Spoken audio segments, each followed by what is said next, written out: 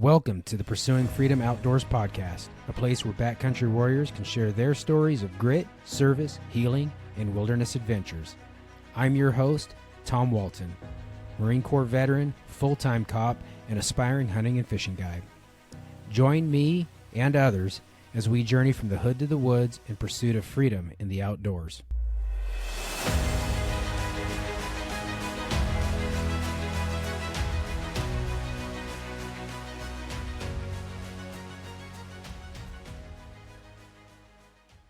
All right.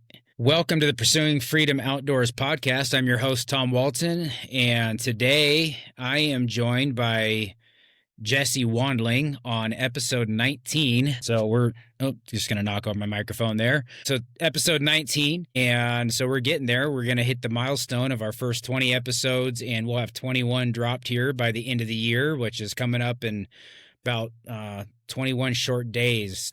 Moving right along. So anyways, Jesse grew up in Northeast Iowa, hunting and fishing with his dad.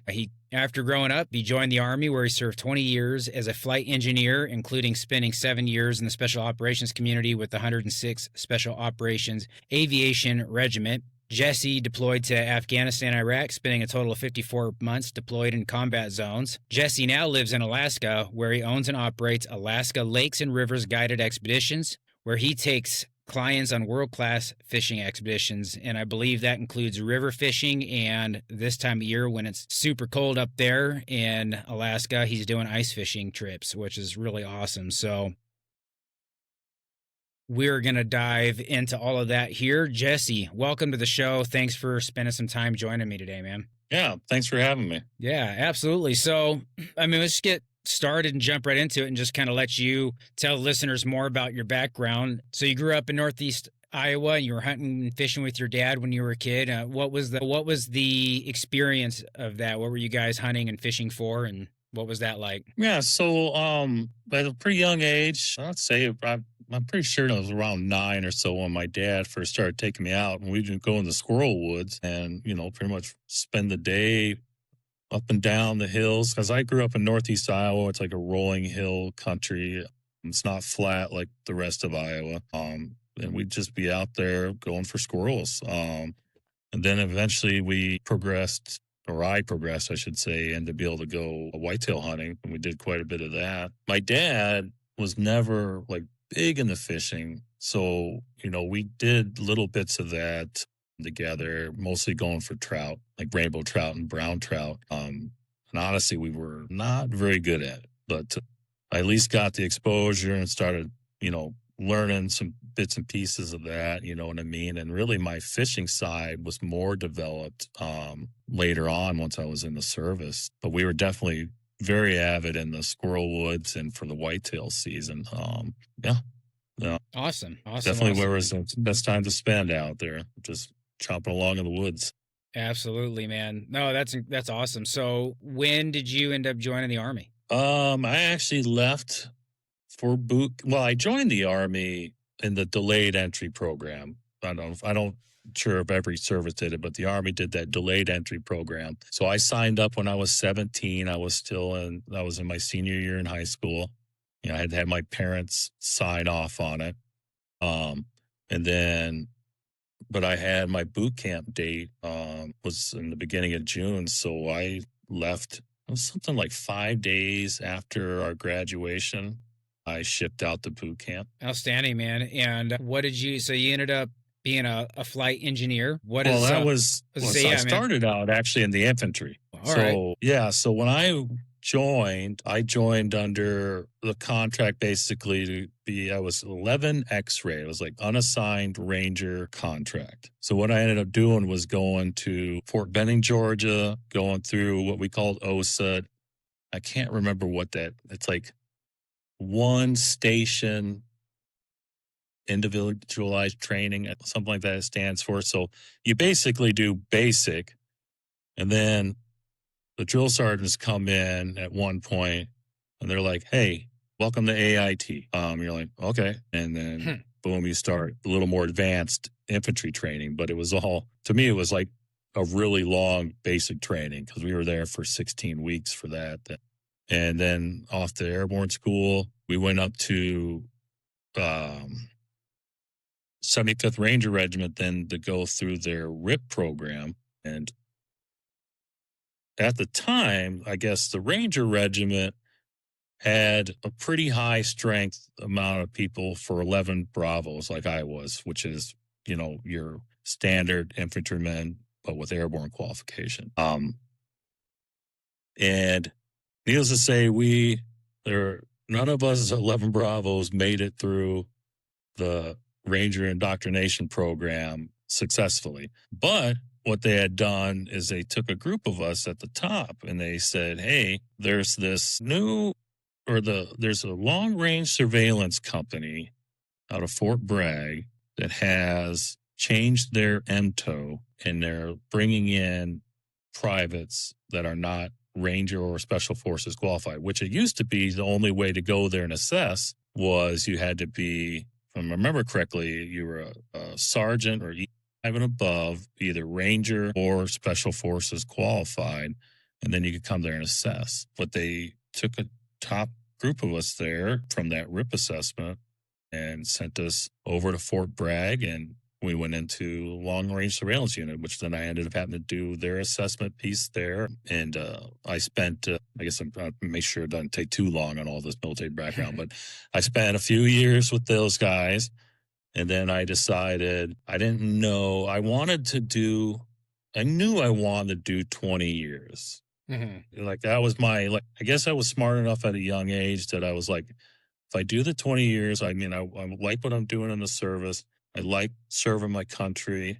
I loved serving my country and feeling like, a real part of that. But I was like, I don't see my body being able to do 20 years in the infantry. You know what I mean? Just from everything from jumping out of planes to, our rucks that we carried on those LURS teams, because we operated in just a 6-man team.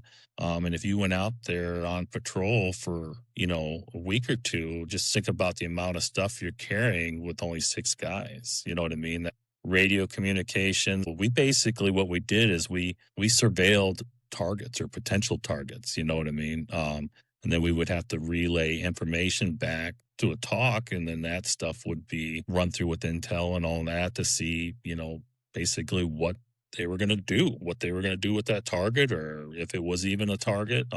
But you carried all your food, water. If there was areas where we could procure water, we got to spend a lot of time drinking,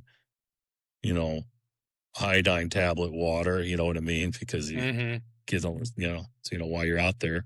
But it was that radio equipment and all the batteries, you know what I mean, that made it heavy, plus then your ammo. So I remember. Yeah, stuff's heavy. Oh, yeah. I remember I was only 135 pounds when I got there. I was skinny, you know what I mean? And my ruck was so heavy that I couldn't just grab it and throw it up on my shoulder. I had to sit down on the ground, strap into it, then take my M4 with one hand, stick it down on the ground, and then have another guy who was up standing grab me and then pull me up. And then once you were up, you didn't sit down until you were taking that ruck off. So even on patrol while we were moving out, we're like, all right, we're going to take a break. I'm leaned up against a tree, you know what I mean, on foot, because it was too much to get, back up out of that sucker. It was heavy. So I was like, I just don't know if my body would hold out that long. You know what I mean? So Absolutely. I decided, I was like, man, I think I'm going to try this aviation gig out. My dad had been a flight engineer on Chinooks, so I had known about him. And I was like, well, I can still be, because I didn't want to be only in the support kind of person. You know what I mean? So I was like, it'd be great to do something where I feel like I'm still doing missions, you know what I mean? But not necessarily, going to pound my body into submission. So I was like, I'll go aviation. And then once I reclassed there, while I was there at the AIT there, the reclass, I had heard about the 160th. I had never heard of these guys. And I heard about them while I was there reclass. And so I put in a packet to see if I could get picked up to come and try out for their assessment. And I actually got the letter back saying, yep, we accept you, but you're on assignment to a unit that's currently They were actually poised in Kuwait for this was a kickoff then for Iraq in 03. So they're like currently deployed. They're going to need you. So, we're not going to take you at this time. So then I went over to an organization called Big Windy, the Chinook company that was in Germany. I got into Germany real quick, got a quick in processing. Boom, I was downrange for my first tour in Iraq. I ended up actually doing 3 combat tours, like long ones, basically like it was 8 months one, and then I did a 12-month one, and then I did a 15-month one for the Iraq surge, all with this organization because I got what they call IPCOT, an in-place consecutive overseas tour. I chose to stay with them because there was a brotherhood there that was, and almost all of us had been on almost like all 3 of those deployments, you know what I mean? So we were really tight. But then after that third one, I was like, now I'm getting older and too high up in rank. If I don't go now and ask to go to the again and assess, it won't happen. So I was kind of a late bloomer for going to the Task Force 160th. I went there as a staff sergeant. I already had 1,500 flight hours before I got there. It's kind of there where they normally don't want to take in guys like that because either they're too ingrained into the kind of regular Army way of doing business / there's always a chance there that, as you climb the rank structure, the pyramid for available spots gets narrower. You know what I mean? So basically people end up getting promoted out of there, you know what I mean? So, but I had a really great first sergeant from a company there that I got in contact with before I got assigned. And basically he was all on board for bringing me up there. So he put his name on me basically. Nice, and got me That's awesome. pulled in, you know what I mean? And then, I spent 7 years with those guys doing, stuff that was to me where I felt we were really making an impact. You know what I mean? It was like we were going after the bad guys, you know what I mean? And we were still given the ROE that allowed us, even in the later years there, to conduct these missions, you know what I mean? Right. And just a great group of people that, had that, they had the desire to be there. They had gone through the assessments, they'd gone through all the training. They spent a lot of money and a lot of time training us. And it all depended, like there's everybody from the air crews down to our support, you know what I mean? And admin and whatnot, you know what I mean? They all go through assessment. Right. Which was one of the cool things about that organization. You may be coming in there just to be, I shouldn't say just to be, you may be coming in there and your job is strictly an office job. You still got to go through assessment, you know what I mean? Yeah. And see if you have the mental fortitude to operate in that organization. Which is cool because it gives you guys, everybody in the organization, that unique bond. Like everybody earned their spot the same way. So that's pretty awesome, man. That definitely is a foundation to build some cohesiveness. And that's what I think one of the smartest things 160th did is doing that, because I feel that everybody there then has buy-in. And I've come across when you have buy-in in these organizations, you know what I mean? Like you said, we all went through the same crap, you know what I mean? You got through it. I wouldn't say, it could be challenging more for others, you know what I mean? And some, but you got buy-in, man. You know what I mean? Everybody wants to be there. Yeah. That's cool, man. And that's who you deployed to Afghanistan? So I did quite a few what I called short tours then, because I had spent my time in regular Army. So to me, regular Army was a normal tour. We used to do 12 months tours, and then we did the surge for 15 months. And then I think they started doing like 9-month tour caps. But anyway, there we had stuff we were doing in Afghanistan that I was calling like I want to say routine, but our regular mission we had that never basically stopped in Afghanistan. So we would be put on rotations there, and you do 30 days or 60 days. It just depends.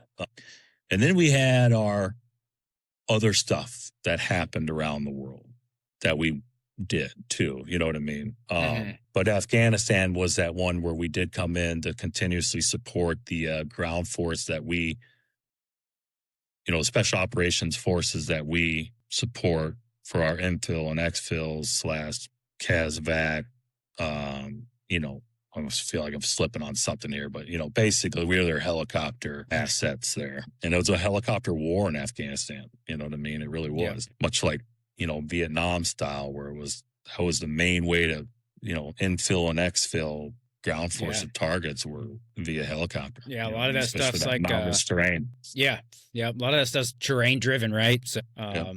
man, that's incredible. Well, one, thank you for your service, especially in light of spending so much time in combat deployments. One thing I ask a lot of people, and you kind of already alluded to this, but you sounds like you were joining roughly in a time where you knew that war was a likely possibility in your military career, especially wanting to do 20 years. I mean, we spent more than 20 years at war. So there's no secret to you that what you're signing up to do could be dangerous and cost you your life, man. What was it that in your heart that made you want to serve? I mean, the big stuff was, I felt I had a duty to serve my country. And I think a lot of that probably stemmed because of my family's background. So the Wandling family, we got service and could be, I mean, somebody should probably document it, but I know they've done some genealogy and stuff in the family.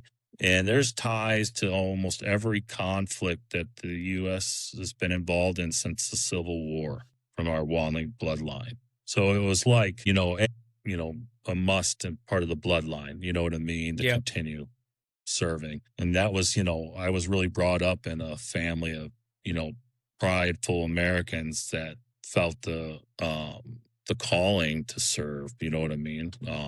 And have a lot of family members serve, you know what I mean, and are Yeah. still serving. So yeah, I mean, I think that was probably really my big draw, you know what I mean? Mm-hmm. And then, I mean, I wasn't even about the college money. So, like, the funny part was, like, when I went in there in the MEPS to sign up, you know what I mean? I did my ASVAB.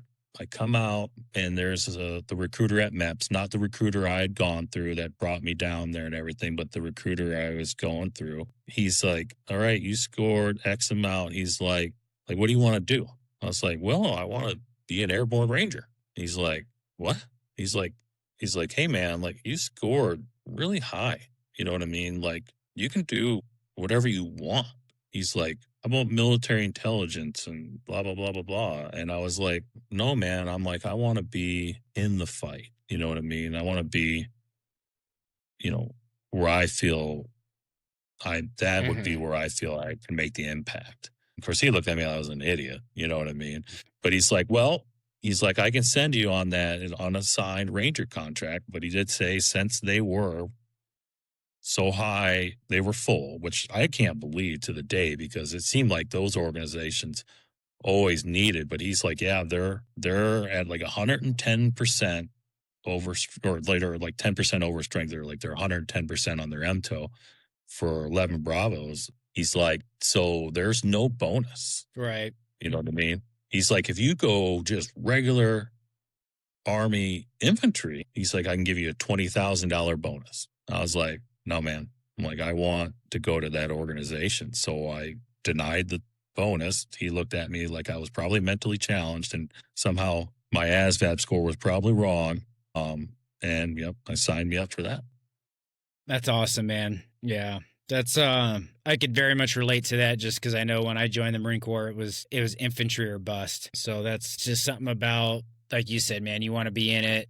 You're a young man, you're full of piss and vinegar, and you want to go out there and serve your country, and you want to do it in the way that maybe your family members did. Maybe it's because you watched it in the movies. I don't know, but that's just how I was, man. It just seemed like that was the way to serve for me as well.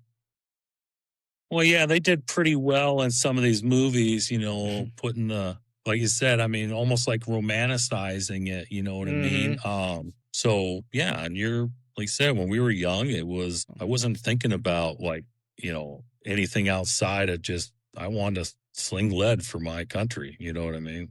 Yeah. So There's definitely you have a romanticized vision of what war is and means, and going to fight in war is, you know, um, that kind of gets shattered at some point. But Oh yeah, yeah, man. when the So real stuff happens. all of a sudden, yeah, all of a sudden you're like, oh, that's not what I was expecting. But yeah, man. Well, again, thank you for your service, and that's awesome. Thank you. Thanks for 20 years for our country, man. So you get to the end of your career, and some point you end up in Alaska. So how did you end up in Alaska, and where did Alaska river and lakes guided expeditions come from, man? Where did it start? So we ended up in Alaska, and so this will be a little story with back with being in the special ops community. When you're there, you're what we call being fenced in. So it meant basically is you're not on the rest. Well, you're on the books. That sounds stupid. You're not on like or HRC's books, like as far as human resources Right. goes, and being able to grab you and move you to an assignment like guys do, like I don't know, every 3 years or something, you know what I mean? They basically come up on assignment and got to go somewhere else. Well, when you're there, you're fenced in. That doesn't happen. So the only way you come up on assignment is basically you ask to leave, get told to leave, or like I said, to get opportunities where people promote themselves out and there's not a position available, or there was enough people that got promoted and the best got those positions. You know what I mean? That's just what it Right. was. Well, when I was there, I actually was promoted up to sergeant first class, which would have been that first chopping block point there to be, hey, there's not a position available or there's too many people that made it. And I was fortunate enough that I was offered position to take on, and stay within the organization. So I did. And then I did that position, and then I moved into another one as a platoon sergeant back at the company I was in. But while I was down there, I always periodically would look at the open assignments. They always sent out this list, and I can't remember what it's called, but there was like this list that had open assignments on it. And the wife and I had been talking over the years because we were getting at this point, getting close towards that retirement side, and we were always like, hey, I would like to maybe finish up my career either out west, Alaska, something like that, you know what I mean, to kind of get our foot in the ground over there, because we did have the goal. I wanted to guide or run my own outfit because I found that when I was out in the backcountry, that was like Zen for me. You know what I mean? That calmed all the stress and calmed all the, being spooled all the time, and that, what I mean? It was Absolutely. calming, So there happened to be an assignment that opened up that I could take based off of my rank and MOS up in Alaska, up here in Fairbanks at Fort Wainwright. So I had to work with, basically contact HRC and be like, hey, if I get my fence removed, can I get this spot? And they're like, only do you get it reserved if you get the fence removed. So then I had to go through the chain of command there in the 160th, and asked to have the fence removed, which at the time there, when I did it at first, it ruffled feathers pretty good. I mean, and I understand because they spent all that money, all that time on us, you know what I mean? They've Right. been molding you and you're climbing up, you know what I mean? And I totally understood it because it was hard. It was gut wrenching for me to go in when I did go to the first individual that I had to start that conversation with, that I wanted to be able to take this assignment. And I was like, hey, man, I'm just trying to set myself up at retirement, basically have Uncle Sam move me up there. You know what I mean? I'll get my foot in the door. I'll be able to start kind of working into this after the Army life, you know what I mean, while I'm here. And then if we don't like it up here, Alaska can be harsh, and I knew that there might be parts that I might not like. Then, we would be able to be moved down when I retired, you know what I mean? Still on Uncle Sam. But yeah, so in the end, they got the fence lifted and I got on that assignment and I came up here, and it was hard, man. Because that was leaving the special ops community, these I just these badasses, man. These straight up, Mhm. you know, That professional. you've done a lot with and been through a lot together. Yeah, and I was like, well, you know what? I can do this. I'll go up there, and just, finalize my last few years um, and, work for after the army life. You know what I mean? Yeah. But yeah, I got up here. It was rough, man. The regular army had gone through some pretty downward cycle phase there since I'd been out of it. And yeah, I mean, I don't want to dig into much of it, but I ended up doing like more admin stuff about putting people out of the army, you know what I Man, mean, than yeah. doing anything like focused towards mission stuff, you know what I mean? Well, then eventually I got through that. And then at one point they're like, hey, we're going to promote you to master sergeant. And I'm like, what? I'm really close to retiring. I'm like, I didn't do anything for the board. You know what I mean? Like it was all I didn't do was decline it, because if you declined it, they could technically separate you, and then I Right. might miss retirement. So, but my DA photo was so old that it was removed off of my record and everything, which that used to be a big no go if you didn't have a decent current DA photo at these senior enlisted board. I'm sorry, I think it cut out. But if you didn't have a DA photo at these senior enlisted boards, they just overlooked you. For whatever reason, well, I got a sequence number, and this is under the old system when you get a sequence number, and then as they went through the numbers, you get promoted. Well, if you're promotable, like that is, so I got to the board and they're like, you are promotables. And I was like, Sergeant First Class with a P, promotable status. Well, they can frock you, which means put another rank on you. So they decided I'm a first sergeant, or they want to make me first sergeant for one of the flight companies there, which they did. So then I went up to that company, and basically we had some work to do to get some air crews ready because we were having to deploy. So that was going to be my last tour. Then was with them, a 9-month tour, and out of in Afghanistan, uh, and I ended up still being even a flying crewing first sergeant for a little while there as I was trying to train up.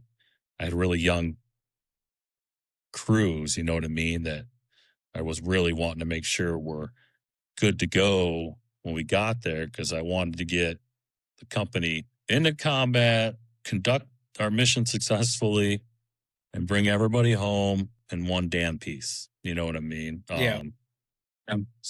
But yeah, so then after I got back from that, I got out, I retired, and I was like, well, I still got to make more money because the retirement check's not enough. You know what I mean? Yeah, for sure. So then I worked as a contractor for a few years on base.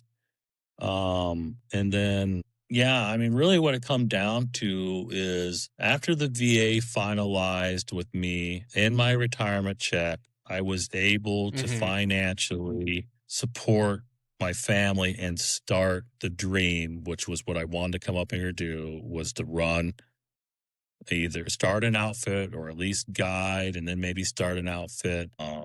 And through the encouragement from my wife, we pulled the trigger, man. We dumped our savings into it, and we started that business.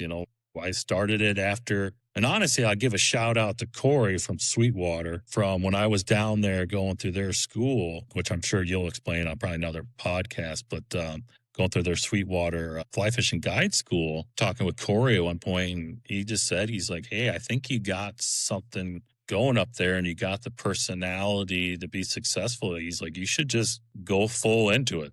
Do it. And I did. I friggin' got back, and I actually got my business license and all that stuff done down there, finalized it, and I got back to Alaska, and I started pushing forward to going full swing into running our guide business. All right, so we're back live. So for the listeners that are listening to this right now, and it'll not seem so crazy for you guys because I'll edit it and it'll be all spliced together, but for the listeners, when I was recording with Jesse for this episode, we had a break due to weather. We had a big windstorm here in Idaho and I lost internet and power. So we actually are picking up 2 days, 2 or 3 days later. I think it was Wednesday when we tried to record this episode, and now it is Saturday morning. So it's been a few days. So forgive us if it seems like what the heck are you guys is going on with your conversation? It didn't make sense or jive or line up quite right. That's what's going on. No big deal. But for our sake is in Jesse and I, we had left off where he was just kind of talking about the beginnings of guiding. He'd retired from the military and had gone to guide school and was coming back to Alaska to go full swing. So we're just going to try to roll back into that, and I'll edit it a little bit, but this is the way it is. It's real. I don't try to like make things super beautiful. It's just, this is life, man. And this is how it goes. So moving on with our show here. So Jesse, you had gone down to guide school, and I kind of wanted to know too, for guide school, did you go to guide school before or after I met you up in Alaska? Oh, now I'm trying to remember. So That was 2023. Oh yeah, no. So I went to guide school after we had met. Then Okay, yeah, just kind of like curious.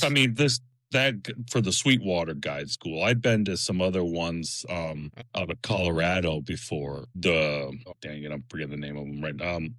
COAGs, Colorado Outdoor Adventure Guide School, which I had attended those years. Oh, gotcha. Well, that's kind of interesting to know. So, just out of curiosity, man, like your experiences, and not to like call out Colorado or Sweetwater, but like what was the differences, and which one, like if someone was going to ask you, man, which guide school should I go to prepare to do what you are doing, whether it's in Alaska, Idaho, Montana, wherever in the country, down in the Southeast, as their guiding industry is really picking up. What school would you suggest if you could only go to one? Yeah, see, that'd be a hard one. I mean, I guess it would really depend on what you were like. So those guide schools, they were tailored. Like Sweetwater is tailored towards, fly fishing guide. You know what I mean? And then the COAGs one he has multiple different courses, and like the ones I'd gone to was like basically it was like your beginner guide, and then it was like advanced guide, and that was tailored towards Western big game guide, basically. Okay. So But completely. he also does have a fly fishing one too, which I've been debating about going down to and going through, because you pick up stuff, even though I already got my own business now and everything, you pick up different ideas and techniques and, ways of doing things in all those courses. Everything from, just how to handle yourself with clients to, even running a business model, it's Right. So if I had to say one, I would probably have to shout out to the Sweetwater guys. That was very eye-opening for me in a lot of stuff. I picked up quite a bit of practical knowledge that I needed for my business. I guess if that makes sense. Yeah, no, I get it. Well, and you're a fishing business, right? So that makes it, to me, that makes sense. Like, big game guiding and fishing guiding. There are absolutely, having guided some big game hunts, having guided some fishing trips, there are some similarities when it comes to managing client expectations. I think guiding fishing is way more fun, only because the pressure is a lot less. I feel like with big game with big game guiding, there's a lot more money on the line. And to me, that puts a lot of pressure on the guide. Whereas guiding fish, it's pretty, I don't think on a guided trip that I've guided, which isn't a whole lot, but, I did it for a summer, and we didn't have a day where we got skunked, even on tough days. And something that I learned through my own fishing experiences, and was really reiterated in guide school, was that sometimes the best trip is the one where you slug it out all day, and you finally, like, the client finally catches that one really nice fish all day, at the end of the trip, right? It's like, yeah, we all want to catch fish the whole time, but man, sometimes that's a little bit special because you worked so hard for it, right? Especially with the client that's putting in the effort, and you're putting the effort, and when it finally happens, it's like, oh yeah, man. And and all you can do is put in the effort. Yeah, no, for sure. And like with us, a lot of with my business, we do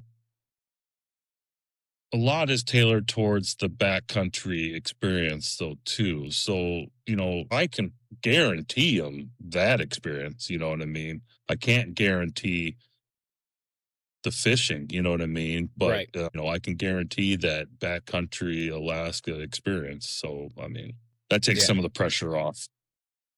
Absolutely, yeah, and that's, if someone's traveling to Alaska like I do, that's what we're seeking, right? If I'm coming up to Alaska, I'm coming for the experience of the country. The fishing and the hunting is part of that, but the catch or kill are, they're just icing on the already sweet cake that Alaska is. So, yeah, Yeah. I've heard it said, and I've said it a lot of times, man. Like you can't, especially if you're someone from back east and you're coming out to Idaho or you're going up to Alaska, I would tell you if like make sure you check your expectations and don't.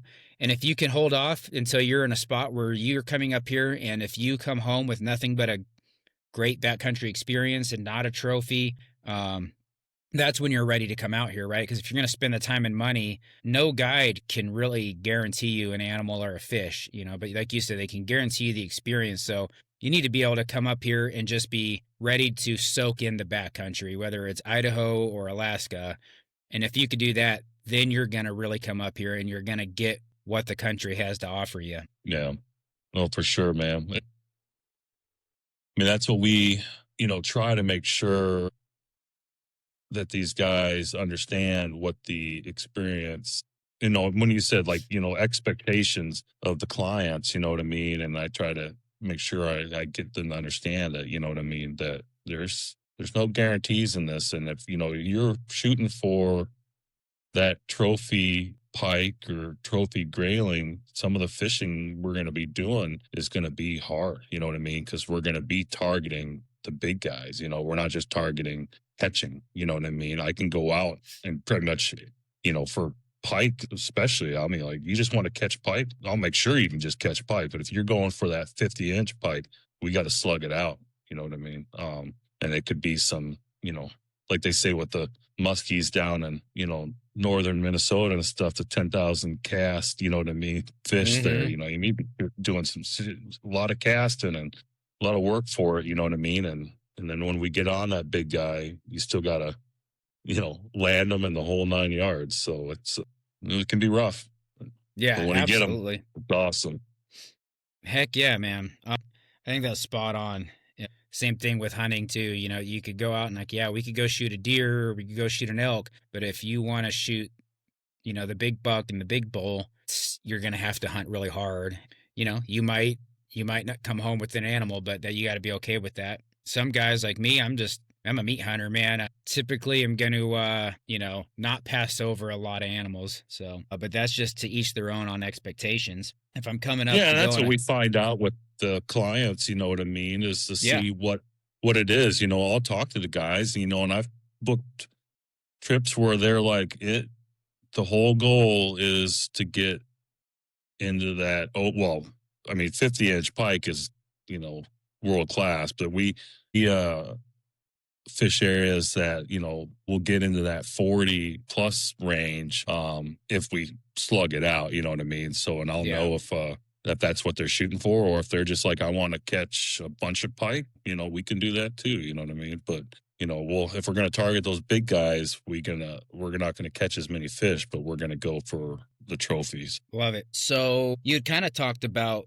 Corey encouraging you, just kind of back on the guide school thing real quick. The episode before this, so it's live right now. You're coming out this Friday. We'll be out with this episode. So back to back from the guide school, talking to Corey about it to talking to you, which is cool because you're a former student that's actually gone out and you're running a very successful guide operation. But how did Corey encourage you? Because he's a very encouraging fella. And how was your experience at the guide school? You don't have to go too far into the story of it, but you know, just kind of like what did it do for you to go to that guide school? Well, I mean, outside of some of the practical knowledge that I gained there, and honestly, I wasn't big into fly fishing at all. I mean, I'd barely done much fly fishing before I went down to that school.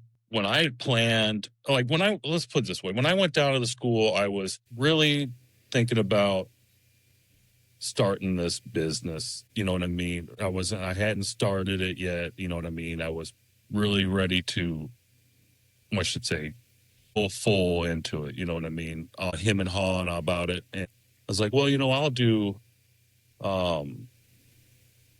fishing, maybe regular spin casts and or doing ice fishing, you know what I mean? And then I'll offer up fly fishing too, you know what I mean? But I'm not that big on it. And actually, a gentleman that I was working with up here at Sportsman's, you know what I mean, with my little part-time deal, said, hey, you better go to Sweetwater and get a little bit of more knowledge on fly fishing, you know what I mean, and have that tool in your tool bag, you know what I mean. So yeah, I go down to Sweetwater.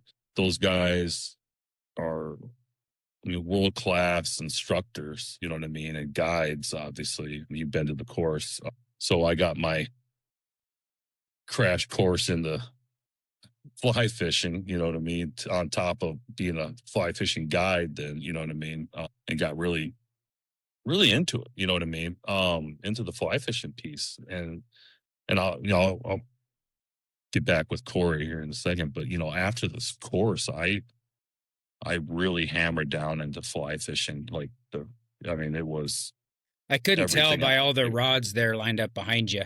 Yeah, yeah.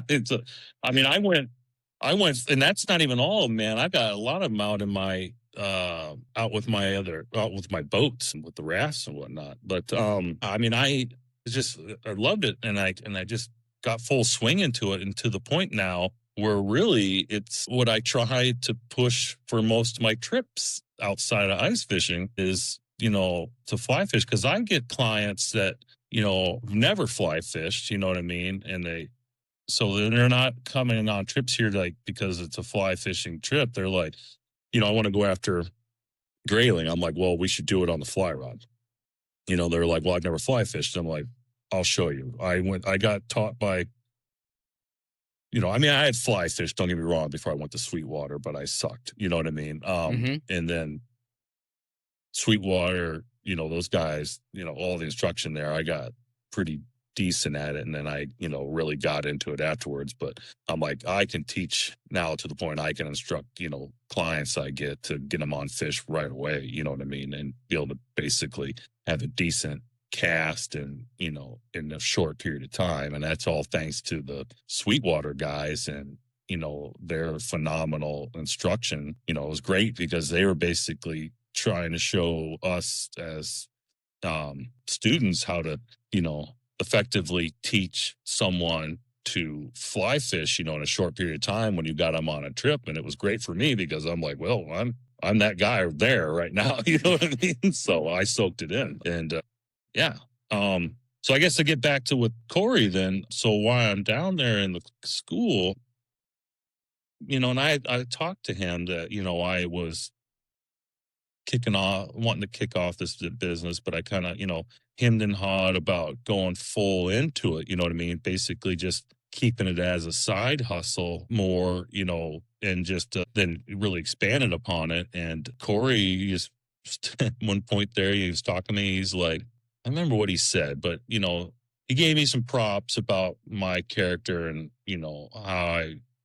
what he saw of me. And he said that I think, and then what I was talking about my business model being, he said he think it would be a good thing up there and that it could be, I could be successful at this. And I just need to, go full into it. Pretty much what he said, you know what I mean? You just need to go do it. And that's what I did, man. Yeah, dude, Corey's awesome, and I'm sure he'll listen to this episode. Yeah, but I mean, yeah, he's the thing I really like about Corey is one, he's extremely encouraging and he wants you to be successful, whether it's just to be a better angler. If you have no interest in being a guide, he doesn't care. He's like, I just want to make you a better angler so you enjoy the sport. You're invested in the conservation of fish in waterways and taking care of things. But he'll also, I mean, absolutely tell you, very tactfully, he's good at it, but he'll tell you where you need to improve too. Yeah. And yeah, the guys there did incredible. And as everybody kind of learned on the last episode, one of the best things, in my opinion, that they do, besides the instructing part, is just how streamlined that Sweetwater is with getting veterans to be able to attend on the GI Bill, with the Voc Rehab. They're dedicated to it, and Corey makes it so easy. I'm actually looking to, hopefully I'll be back there in October of 26 to do the advanced fly fishing guide school, which I think they actually do on the Yellowstone rather than the Bighorn, which will be a lot of fun too because it's a different fishery, a little bit different water. It's not a big tail water with the browns and stuff. It's, I think there's a lot more cutthroat fishing and stuff like that, which is great. That's what I fish here in Idaho, mostly is cutties and rainbows, but they do a really good job. So I'm just Well, glad they that, do. Yeah, like you said, man, with the that advanced for, because I did the basic and then the advanced back to back while I was down there, and yeah, going over to Yellowstone. Because they do Yellowstone, they do the Boulder. We went over to, I'm trying to remember the name of it's like an, a private property fishing area that we went to, and I'm trying to remember what the name of it was. And they had like 5 miles stream, I think, that ran through on this private property. We got access to go fish, and man, that was fun, dude. You talk about small water fishing, you know what I mean? It's tough, but yeah, it was some big rainbows in there. It was fun. that's cool. And having to learn a little better techniques about casting right and presentation being right, you know what I mean, and delicate, not just slapping the water.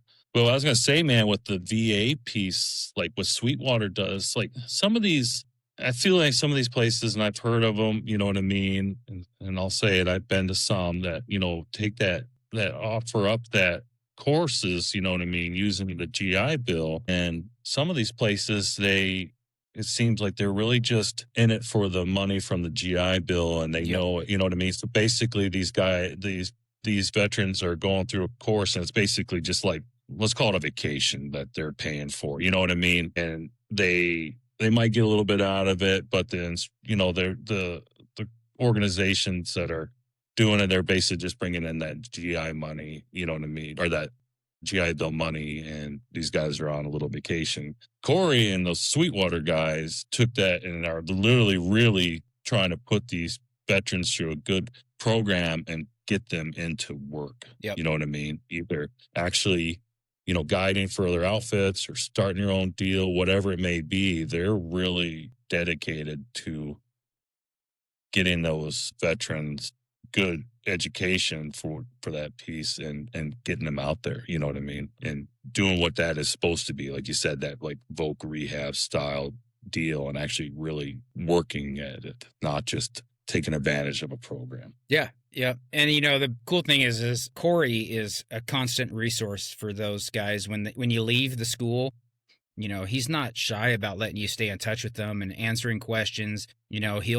He'll help you with the job placement side of it, getting your resume put together, putting you in touch. If you want to go up to Alaska, he'll put you in touch with outfitters hiring for whatever you want to go do, whether it's, backcountry rainbow fishing, all the things that you do. I know King Salmon Camps, he's got connections to go do those. Yeah. I mean, whatever it is, he'll help you get where you need to be, right? And it's pretty cool. I mean, the thing that you'll notice too when you talk to him for any amount of time is he's doing this because he cares, right? He's doing this out of love for veterans, out of love for the students. Is not just veterans. I mean, we had a couple of non-veterans in our class. This is not a veterans school. So if you're listening and you're not a military veteran, this is for you too. We're just talking about it because they take the GI Bill, but a lot of assistance. But his biggest, what he gets really excited about is when somebody calls him, veteran or not, but a former student calls him and says, "Hey, I'm working and it's going great." Or one thing that I know that he really gets excited about is when somebody like an employer, an outfitter calls and said, "Man, you guys sent me this dude and he's just freaking killing it this season. First season, he's already just doing great work." That's That's the kind of stuff that he's out for, man. He's not in it for the money. He's in it because he wants to try to pay it forward, pay it back a little bit, especially to people that serve the country. And then Corey's real, man. So that's the thing too. Like, he'll tell us, a person, if they're, unfit in something, you know what I mean? Yep. And that, or something we need to work at, or maybe straight up that, hey, maybe this just isn't for you at all. You Yep. know what I Yeah. mean? So it's, and that's the cool part is I like some like people like Corey that are just, straightforward and,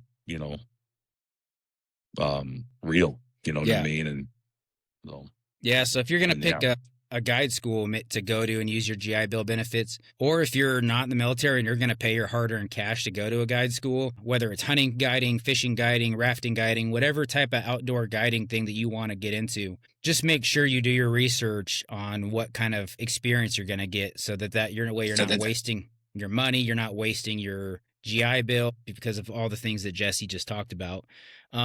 Yeah, man. So just kind of walk us through the rest of your journey of setting up your business, how you got to where you are now, because, you told me before we started recording the first time that you're way busier than you thought you would be, which as a business owner is a really good problem to have, but it can be super intimidating. But, you come back from guide school, you're doing all the things. Yeah, so just walk us through that process, and then you're welcome to get into as well what you offer, what kind of trips you offer, and stuff like that. Yeah, so I mean, it was slow at first, kicking it off.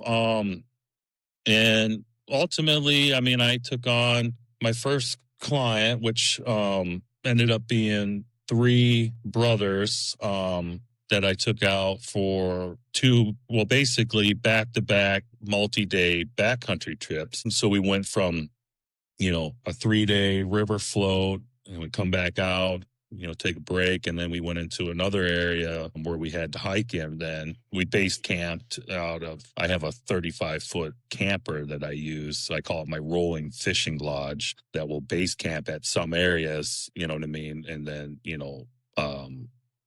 hike out, or some of the places we do, we'll take the rafts in and whatnot, you know what I mean? But anyway, with these guys, we base camped out of that and hiked into some areas to go after Arctic char and grayling. And, it was a really great experience, and was like, well, I think we can really, we did well. Those guys had a great time. I was like, all right, I think I'm decent at this, you know what I mean? And that was kind of like my first, you know, trial run, I'll call it, you know what I mean? And yeah, so I invested more money and time into it, and we started bringing in more and more clients. So at first it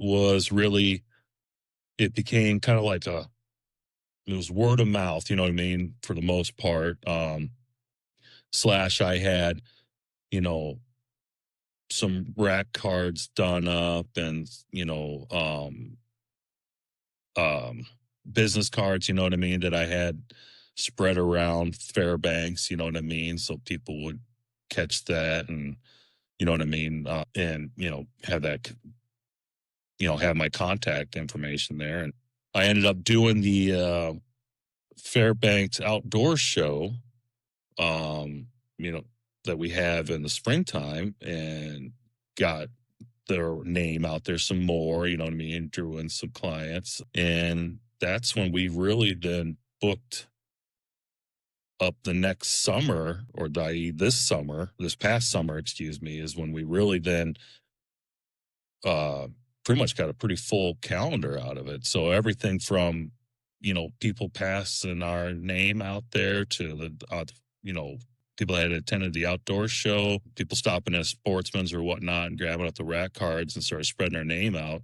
And now we're in trying to advertise more, like Explore Fairbanks website, and which you got to pay to get into. So I started putting money into advertising. I put money into advertising on Fish Alaska magazine. I don't know if you've ever seen Fish Alaska or Hunt Alaska magazine. I haven't, but now I want to. Yeah, we're actually now got in the December issue, on their print issue, we've got a ad in there. and we've got ads in on their website.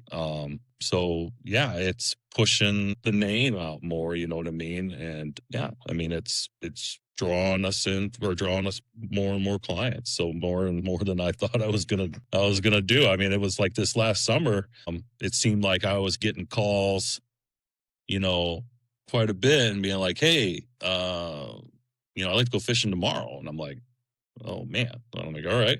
Yeah, I got an opening and I'm actually having to make a calendar. I'm so old school, so I keep a, you know, friggin' folder and I actually now have to pop it out constantly when someone call me to see if I actually have an opening. So I was like, yeah, this has got to be a little more than I thought it would be. Before I could basically get a phone call and I knew off the top of my head, I'm like, yeah, I got an opening. Now I'm like, let me check the calendar. So yeah. What That's else was awesome. in the part?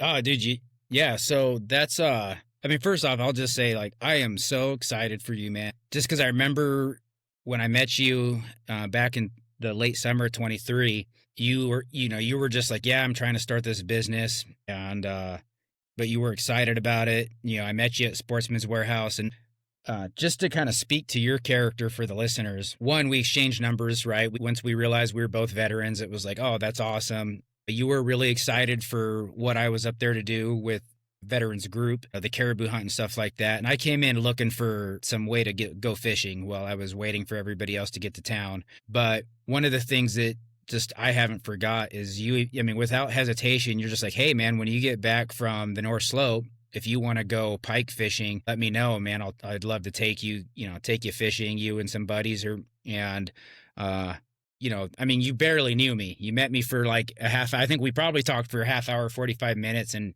in the store there, but I mean, that's just the kind of guy you are. And I think that's gonna get into one of my questions here in a little bit, and maybe I'll just ask it now. But that was awesome. Unfortunately, it didn't work out because for a long story, but we ended up getting broke down on the haul road, getting back to town super late. Uh, we had 5 caribou to cut up and butcher and get in the freezer so people could start flying home. Some guys had flights within 12 hours of when we got back to Fairbanks, so it was hustle time. That's just hunting and fishing Alaska, man. You never know how exactly things are going to go down. So I guess that leads me in, and we'll come back to the second half of my last question, but might as well ask it now because we're talking about it. But why do you like to guide? Why did you want to become a fishing guide? Um, well, I guess let's say, I mean, to make this a long answer, I guess. Ultimately, I wanted to be a guide a long time ago. I actually left or asked, and I can't remember if we talked about this in the last episode, but, I asked to leave the special ops community to come up here to Alaska on Yep. an assignment, you know what I mean, Mm-hmm.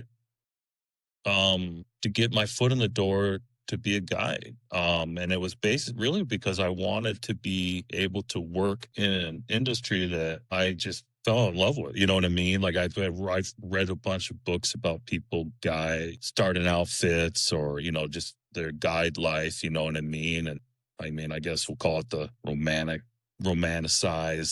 piece about, just being out in the backcountry and, guiding people, being that subject matter expert, you know what I mean? And being that safety net for someone, that doesn't have that necessarily, that backcountry knowledge or expertise to be able to come out into this environment and safely, hunt or fish, you know what I mean, and survive while you're out, you know what I mean, and get back home, you know what I mean. And yeah, I mean, I really enjoy being able to take these people out into this experience, you know what I mean? And because so many of them that I get, and we'll say almost all of them I get have never done anything like an Alaska backcountry float trip or, just being in Alaska backcountry in general, you know what I mean? And they're, we'll walk or we'll get up on a gravel bar and I'll be like, oh, hey, I'll point down, like there's a grizzly track. And there's like, you know what I mean? It's like blows their mind, you know what I mean? I'll put my, show them there, and, big old grizzly track, or wolf tracks, or we'll see bears, you know what I mean? And it's just, awestruck for them. It's cool. You know what I mean? And then obviously too on the fishing piece, you know what I mean? Like you'll get those people that have never caught a fish, or this is the biggest one they've ever got. Or like I got guys that, like a couple of guys that came up this year that their goal, they wanted to get on the biggest pike of their life. You know what I mean? That was, and they knew that coming up to Alaska is a good chance that they'll get on it. And when we did, you know what I mean? We get them on their 43-inch northern pike, you know what I mean? That came up out of the water pretty much right at the raft, you know what I mean? Opens its big mouth up like a freaking gator it is, you know what I mean? And, looks right at you like it's going to freaking come in and bite, you know what I mean? It's awesome, you know what I mean? And the clients are, trembling as they're bringing this pike in, you know what I mean? Because they're bringing in a monster, you know what I mean? That they just had to fight, for the last 15 minutes, you know what I mean? To even not get broke off. And yeah, oh man, I mean, it's just, you know, getting paid to be in the backcountry, man. I mean, Yeah, like yeah, that to me absolutely. is, awesome. You know what I mean? I mean, it's not just a, money piece, but it's nice to be able to obviously, make a living by out in the backcountry, I guess. You know what I mean? Yeah, I mean it's all the above for sure, man. The connections with good folks. There's nothing better than sharing things you're passionate about with people. I like to teach people new things, and yeah, I mean getting paid to go fishing, right? So that's pretty awesome, man. What kind of trips do you guys offer, and will you be offering like this upcoming season? So we do offer, we got float trips. We can do fly-in trips, hike into places. It, just depends on the, basically, after, my trips are all what we call custom tailored trips. So I talk with the clients, and usually via a phone call after, probably I either get an email or I get something that they're interested in a trip, and then I'll get a hold of them and talk to them, because I got to find out everything, what their goal is, what they want to go for, expectation, limitations, you know what I mean? Like anything medical and whatnot, so that I can make sure we can do, offer up the best trip we can safely. Because I've got to realize, this isn't, it's not, I'm not doing cookie cutter trips. You know what I mean? I'm not running a section of water that I run the day before and the day before that and the day before that. You know what I mean? We may go into areas, hell, we might go to areas I've never been to. It's going to be dependent on what we're trying to do. You know what I mean? What kind of trip we're trying to offer up. And I wanted to make sure that that was what our business model was going to be around. I did not want to be a cookie cutter deal. You know what I mean? You can't pull up on my website and say, you know what I mean? Like, hey, it's, the Chena River, you know what I Yep. mean? Grayling fishing, you know what I mean? And these guys, will run a section of water day in and day out, you know what I mean? Where they'll be Mm-hmm. like, hey, when I'm down the raft, they'll be like, hey, in about 200 yards off to the left, there will be this great pool, you know what I mean? Mm-hmm. I'm not doing it. I'm running sections of water, once a season, maybe, you know what I mean? Or maybe twice, you know what I mean? And then we're going to different places.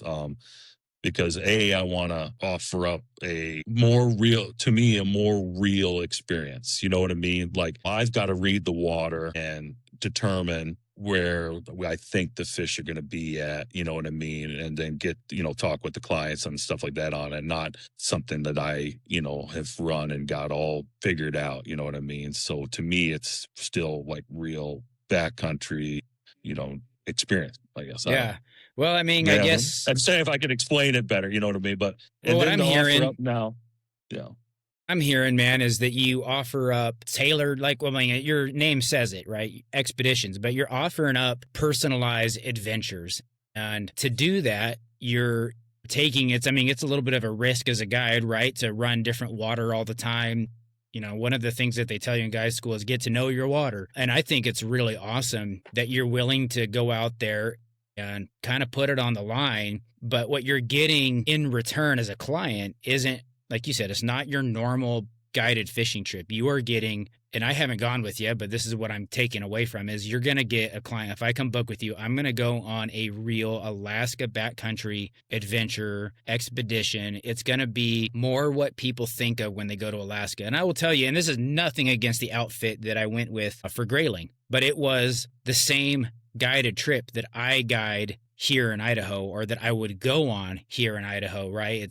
It's a kid that's run that section of river a bunch, and he did a really good job. It was exactly what you would expect from a guided fly fishing trip. So I think it's really cool, and that's probably what is going to set you apart really fast, is that you're not doing that. You are doing Alaska. And if I'm coming to Alaska for a fishing trip, that's what I want. I want Alaska. Yeah, man. And that's like what we're trying to do is be the, I mean, there's, plenty of guides up here, you know what I mean, that people can go do, like if the standard guided, fishing trip. And there's, like I said, there's nothing wrong with that, nothing against that.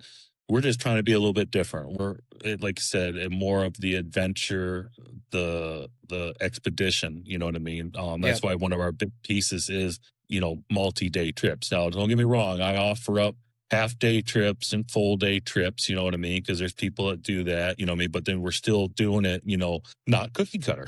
Picking different sections of water, different rivers, depending on the species we're going for, different areas, different lakes. And doing it that way still, you know what I mean? But our bread and butter is to do these multi-day trips where you're on an expedition, is ultimately what it is. And this year, or up and coming year, I should say, I guess more like next year, in 2026 for the summer season, we are now going to have, I added to my fleet of not just running rafts, is a couple 22-foot all welds, one with a 150 horse Honda Jet, and the other one has a 90 horse prop Honda. And that's for running in areas like Minto and that we go up to for some of the pike. Basically, it's, you can't run a jet up in some of these areas because it'll suck up all that aquatic vegetation into the jet there, and then you just can't. I mean, if you know anything about jets, it's no bueno on the jet, you know what I mean, for that kind of water. So it's best to run a prop. So that's why we have the two different types here for depending on what we're going to run. But that's going to open up some areas that we'll be able to run in and either work out of the boat or run into areas and then launch our rafts and then raft out, you know what I mean? Just kind of depends, you know what I mean? So, yeah, I love it, man. But more tools for us to offer up in our trips. So I don't know a lot about Alaska outfitted fishing, but I have a really good feeling there's not anybody out there or a lot of outfitters that are going to touch the unique stuff that you're doing, man. And I'm really excited to watch you grow. And I really, like we kind of talked about pre-recording, I hope I can come up and maybe even help you out, be a part of it. As you know, I've said this a million times, you're living in my dream state, man. I love Idaho a lot. It's hard to think of anything better than Idaho. But unfortunately, I went to Alaska a couple times, and yeah, Alaska just grabs you and it doesn't let go. So someday I'll accomplish that goal. Maybe, who knows when, but that's to be determined. But I think what you're doing is really exciting, really unique. And I just have zero doubts in my mind that you're going to just absolutely blow up, succeed, and continue to be trying to figure out how to expand your capacity because people are going to be wanting to go fishing with you. That being said, if somebody does want to go fish with you, what's the best way for them to contact you? probably the best way is just to visit our site. And it's, www.aklarge.com. So we're Alaska Lakes and Rivers Guided Expeditions, and the acronym AK Large. So it's we own that domain, so it's awesome that we'll be able to have I wanted to have a simple website, you know what I mean, address, somebody can remember, or just briefly hear and go, oh, AK Large, that's easy, you know what I mean. Someday, hopefully, and maybe I'll invest into this, which I've been talking to people about doing. It takes money, man, you know what I Yes, it mean, to does. start a business, you know what I mean? And especially when we're talking about, like an outfitter, like we are, it's, you can start to put a lot of money put into it, you know what I mean? So we Hmm. got to take everything in stride as we can. But at some point, I would probably like to invest into one of these companies, and I've been talking to an individual about it. It would be where they work on our website and they also work to get that. So like when you go into Google and you search Yep. uh like whatever you're going for, like say you want to search for, outfitter in Alaska, you know what I mean, that will pop up quick, Right. you know what I mean, or be in that first bit to pop up. I'm not a computer guy or tech guy at all. So it's I don't understand it 100%. I'd have to have somebody do it for me. Like my website right now is I got a buddy who helps me with it because he knows enough about computers and he can, get this old knuckle dragger here to get some stuff on it. That's why if you get on our website, don't I'm sorry, it's not impressive. You know what I mean? As far as, Yeah. websites to go, we're going to get better at it. And we got to get some more content added on there. But yes, if somebody want to reach out to us, you go to that www.aklarge.com. It's got my contact info. You can either call us, text, or then there's the email link in there. There's actually there's I can't remember what you call it, but there's a little link in there where you can send us basically an email to reach out to us, and we'll Yep. start the conversation. Awesome, man. Well, yeah, Jesse, Alaska Lakes and Rivers Guided Expeditions, based out of Fairbanks, Alaska. Folks, if you're looking to pull the trigger to go on a fishing trip in Alaska, don't go on the normal fishing trip. I would highly recommend going on a awesome backcountry adventure with Jesse. I know that at some point I am definitely going to come up and go on a backcountry adventure with Jesse. We'll figure out how that's going to work, but I'm sold. Well, I we're going think to get you up here so we can put you to work I too. love it, man. So yeah, guys and gals listening, go ahead, visit. I'm looking at his website right now. It's AKLARGE. And it is a very easy to navigate website. He's underselling it, even with his self-admitted outdated gallery of images. It's enough. I know when I looked at it to get excited. So get on there. You can go to booking requests, send him his your contact info, get in touch, plan your trip because I don't think you guys will regret it. Also supporting another veteran-owned business, which is what we're all about. Jesse, thank you so much for your time, man. I think I'm inspired. So I really hope that listeners out there that are thinking about getting into the, a guiding industry of any kind, that they're inspired to just jump in and do it because sometimes that's what you got to do. So thank you so much, buddy. I appreciate it. Oh, yeah, I appreciate you having me. Thank you. Yep. But if you guys jump into it, go to Sweetwater. Yeah, and last plug for Sweetwater. Like I said, this will be back to back with the episode with Corey, which that's actually our second Sweetwater. If you go back to one of my first handful of episodes, you'll find the episode that we recorded live in the school with my fellow students. So give these shows a listen, like, subscribe, all those things, comment, review. Help me. I don't make any money doing this. I pay to be a podcaster. So if you guys can help share the word about the podcast, it helps. And until next time, go out there and chase your dreams in the outdoors, man. That's why we're pursuing freedom in the outdoors podcast. So we'll see you guys next week. Thanks again. And if this resonates with you, I want to welcome you to the tribe and encourage you to share this podcast with your friends. Hit subscribe and follow us on Instagram at Pursuing Freedom Outdoors. And if you or someone you know has a great story about life or the wilderness, I want to share it. You can shoot me a message on Instagram or email me with all inquiries and questions at thomas@pursuingfreedomoutdoors.com. That's Thomas, THOMAS, at pursuingfreedomoutdoors.com. Until next time, get out there, get after it, and pursue freedom in the outdoors.